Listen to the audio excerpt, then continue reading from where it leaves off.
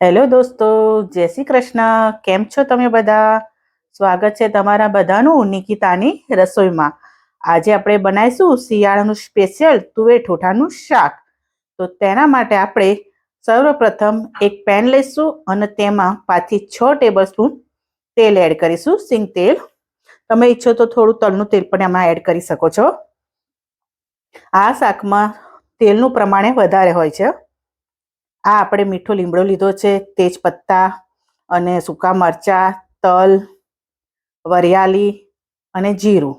આ બધી જ વસ્તુને આપણે તેલ ગરમ થઈ જાય એટલે તેમાં એડ કરી દઈશું.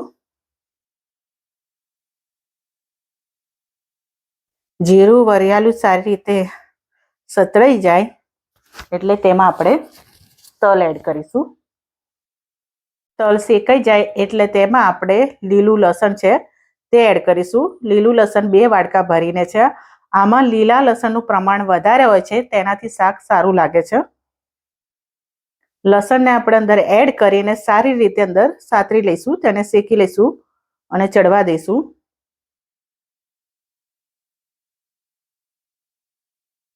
હવે તેમાં આપણે 1 વાટકો ભરીને લીલી ડુંગળી જે સમારી છે તે એડ કરીશું. તેને પણ સારી રીતે હલાવીને મિક્સ કરીને ચડવા દઈશું. લીલું લસણ અને લીલી ડુંગળીને સારી રીતે ચડવા દેવાની છે. જો કાચો રહી જશે તો તેનો શાકનો ટેસ્ટ સારો નહીં લાગે. હવે આપણે તેમાં 1 વાટકો ભરીને સૂકી ડુંગળીની પેસ્ટ બનાવી છે તે એડ કરીશું. ડુંગળીની પેસ્ટ પણ સારી રીતે અંદર ચડવા દઈશું. આ બધી વસ્તુ સારી રીતે ચડી જાય પછી તેમાં આપણે આદુ મરચાંની જે પેસ્ટ કરી છે 1 ચમચી તે એડ કરીશું. તેને પણ સારી રીતે હલાવીને મિક્સ કરીને અંદર ચડવા દઈશું. આ આપણે સૂકું લસણ લીધું છે તેની પેસ્ટ કરી છે તે પણ એડ કરીને તેને પણ સારી રીતે ચડવા દઈશું. બધી વસ્તુ સારી રીતે ચડી જાય એટલે આપણે તેમાં ટામેટાની પેસ્ટ એડ કરીશું અને તેને ટામેટાની પ્યુરેને પણ સારી રીતે ચડવા દઈશું. એમાં થોડું આપણે મીઠું એડ કરીશું, કારણ કે આપણે મીઠું બાફેલી તુવેરમાં એડ કર્યું છે એટલે માપનું જ નાખવાનું છે. અને સારી રીતે હલાવીને ચડવા દઈશું. ચડી જાય એટલે આપણે તેમાં અડધી ચમચી જેટલી હળદર, 1 ચમચી જેટલું લાલ મરચું એડ કરીશું. તમે તમારી તીખાશ પ્રમાણે અંદર મરચું એડ કરી શકો છો. હવે 2 ચમચી જેટલું આપણે તેમાં ધાણા જીરું પાવડર એડ કરીશું અને આ 1 ચમચી જેટલો કિચન કિંગ મસાલો છે તે એડ કરીશું. બધી વસ્તુને સારી રીતે હલાવીને મિક્સ કરી લઈશું મસાલાને શાકમાં.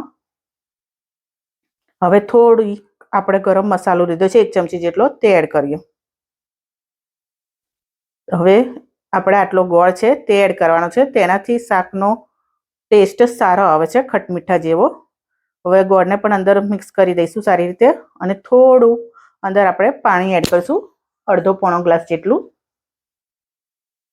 અને હલાવી લઈશું. હલાવી સારી રીતે મિક્સ થઈ થોડી વાર થવા દઈશું.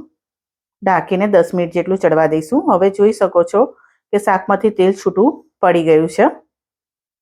એને હલાવી લઈશું આપણે અને 1 વાટકું જે તુવેર મેં રાત્રે પલાળીને બાફી હતી, તેના દાણા આવી રીતે આખા રહેવા જોઈએ, બાફી હતી તે એડ કરીશું. 1 વાટકી જેટલું. બધી જ વસ્તુનું માપ આ જે વાટકા ભરીને આપણે તુવેર બાફીએ એ વાટકો ભરીને જ લેવાનું છે. એમાં લીલા લસણનું પ્રમાણ વધારે હોવું જોઈએ, કારણ કે લીલું લસણ વધારે તો શાકનો ટેસ્ટ વધારે સારો આવે છે. હવે 1 લીંબુનો રસ એડ કરીશું, તેનાથી શાકનો ટેસ્ટ સારો આવે છે. તેને હલાવીને મિક્સ કરી લઈશું.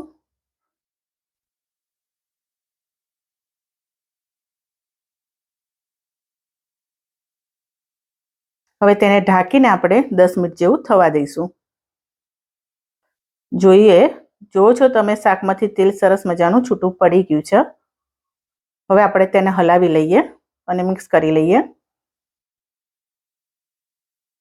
હવે આપણે તેમાં ઝીણી સમારેલી કોથમીર એડ કરીશું.